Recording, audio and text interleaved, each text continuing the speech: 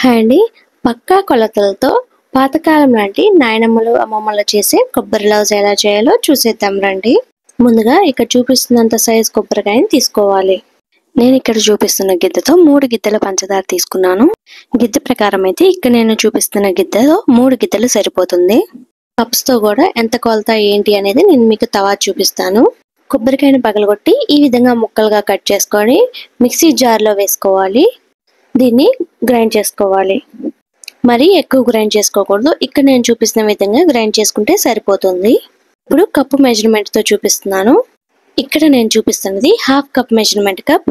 ఈ కప్పుతో 4 కప్పులు పంచదార తీసుకున్నాను, అంటే 2 కప్పులు అన్నమాట. ఇదే కప్పుతో ఇందాక గ్రైండ్ చేసుకున్న కొబ్బరిని కూడా తీసుకోవాలి. సేమ్ ఇదే కొలత. 4 కప్పులు అంటే 2 కప్పులు కాబట్టి ఈ విధంగా తీసుకున్నాను. ఫైనల్గా 2 కప్పుల పంచదార, 2 కప్పులు కొబ్బరి అయితే సరిపోతుంది. ముందుగా స్టవ్ మీద కడాయి పెట్టుకొని పంచదార పోసుకొని పంచదార మునిగే అన్ని వాటర్ పోసుకోవాలి. ఈ విధంగా మునిగే అన్ని పోసుకొని స్టవ్ ఆన్ చేసుకొని పాకం వచ్చేదాకా ఉంచుకోవాలి.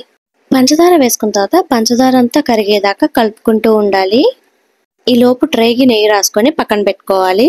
పంచదార అంతా కరిగి పాకం వచ్చేదాకా ఉంచుకోవాలి. ఒక 5 నిమిషాల తర్వాత ఇక్కడ నేను చూపిస్తున్న విధంగా పాకం రావాలి. దానిలో ఒక 1/2 టీ స్పూన్ ఇలాచీ పౌడర్, అలాగే కొబ్బరిని కొంచెం కొంచెం వేసుకుంటూ కలుపుకుంటూ ఉండాలి. కలపడం మాత్రం అస్సలు ఆపకూడదు. కొబ్బరి వేసుకున్న తర్వాత స్టవ్ని లో ఫ్లేమ్లోకి టర్న్ చేసుకొని కొబ్బరిలోని వాటర్ అంతా ఇంకిపోయేదాకా కలుపుకుంటూ ఉండాలి. అప్పుడే చెక్కలాగా వస్తుంది. మధ్యలో ఒకసారి 1 స్పూన్ నెయ్యి వేసుకొని కలుపుకోవాలి. 2 నిమిషాల తర్వాత మరో 1/2 స్పూన్ నెయ్యి వేసుకొని బాగా కలుపుకోవాలి. ఈ విధంగా కొబ్బరిలోని వాటర్ అంతా ఇంకిపోయిన తర్వాత ముందుగా నెయ్యి రాసి పెట్టుకున్న ట్రేలోకి ట్రాన్స్ఫర్ చేసుకోవాలి. ట్రాన్స్ఫర్ చేసుకున్న తర్వాత ఈక్వల్గా స్ప్రెడ్ చేసుకొని ఒక అరగంట నుంచి గంట పాటు పక్కన పెట్టుకోవాలి. 5 నిమిషాల తర్వాత నైఫ్తో ముక్కలుగా కట్ చేసుకోవాలి.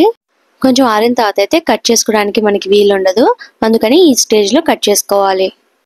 అరగంట తర్వాత డీమోల్డ్ చేసుకొని సర్వ్ చేసుకోవాలి. అంతే అండి, ఎంతో ఈజీగా అయిపోయే కొబ్బరి లౌజులు రెడీ. ఖచ్చితంగా మీరు కూడా ట్రై చేసి నెక్స్ట్ ఏ రెసిపీ కావాలో కామెంట్ సెక్షన్లో కామెంట్ చేయండి.